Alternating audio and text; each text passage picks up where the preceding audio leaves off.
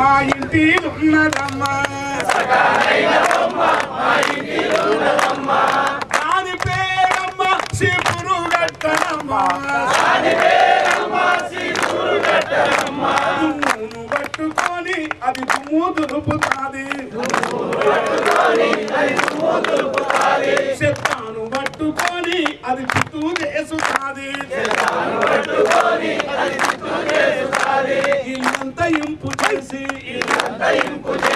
అరే చూడ సొంపు చేసి దర్వాజ పక్కనమ్మ దానుండి బతుకుతాది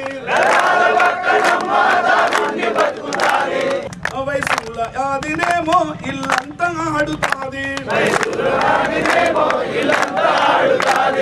ముసలితనములోన బాత్రూము గడుగుతాది సచ్చే ముందు భోగి మంటాయి వెలుగునిస్తారమ్మా సకాలైన బొమ్మ చీపురు గట్టనమ్మా ఒక్కనాడేమో నా మగడు లేనప్పుడు అక్కు మరాతిలో దర్వాజ సప్పుడాయే నా మగడు వచ్చేనాని బలి ముడుచుకుంటానమ్మా దర్వాజ తెరిచి చూస్తే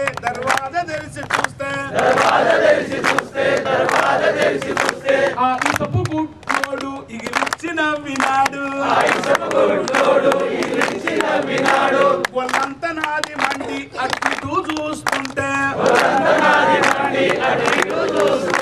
దర్వాజ పక్కనున్న శిపురు గట్టనమ్మా నీ తోడు ఉంటానని అది భాష చేసినది శిపురు తీసుకొని వర సింగారిస్తేనమ్మ వాడు కోడ దుంకపోయి గోతీల పడ్డా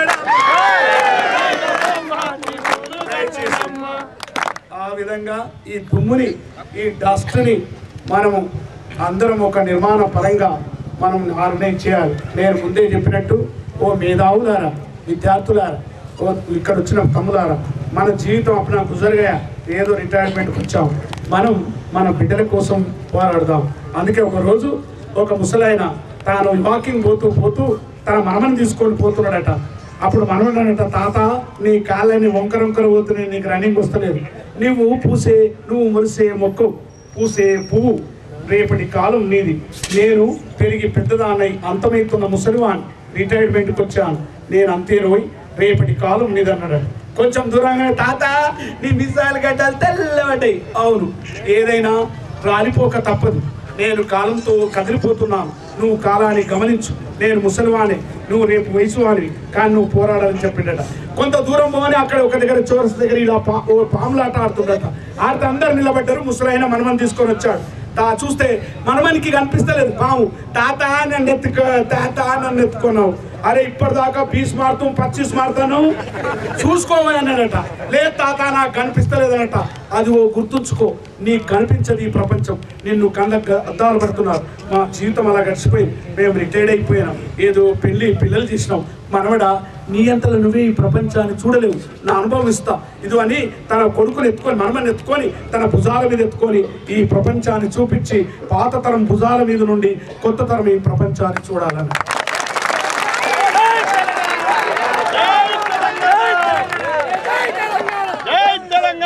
ప్రాణాలైనా అర్పిస్తాం, తెలంగాణ సాధిస్తాం, ప్రాణాలైనా అర్పిస్తాం, తెలంగాణ సాధిస్తాం, కొత్త తరాన్ని మన భుజాల మీద ఎత్తుకుందాం. నాతో పాడిన వాళ్ళు, ఆట ఆడిన వాళ్ళు అనేక మంది అమరవీరులు అయిపోయారు. 40 సంవత్సరాలుగా పాడుతూ ఉన్నాం. ఒక తుపాకి గుండు పెట్టుకొని కూడా ఏదో నేను పోరాడేవానికి పాటగా తోడుకుంటానని మాటిచ్చి ఇంకా పాడుతూ ఉన్నాం. అందుకే మన పాత తరం ఈ కొత్త తరాన్ని మన భుజాల మీద ఎత్తుకొని ఈ ప్రపంచాన్ని సృష్టిద్దాం. ఒరే, మేము ఏమి లేదు ఇక మిగిలలే, మేము మీకోసం ఏం మిగిలించలే, మిమ్మల్నే మిగిలించాం, మీకు మా జ్ఞానం ఇస్తున్నాం అని ఇంజనీర్లు, డాక్టర్లు, ఎంప్లాయీస్ అంతా మనం అందరినీ ఏకం చేయవలసిన పరిస్థితి ఉంది. ప్రజల ఉద్యమం కాకుండా మనం విత్తనాలమై ఆ పంట పొలాల్లో పడాలి.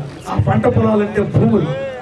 అప్పుడే మనం విజయం సాధిస్తామని చెప్తూ ఈ అవకాశం ఇచ్చిన మీ అందరికీ ఇక్కడ ఉన్న ప్రెసిడెంట్ గారికి ఈ సంఘానికి అందరి వందనాలు చెప్తున్నా.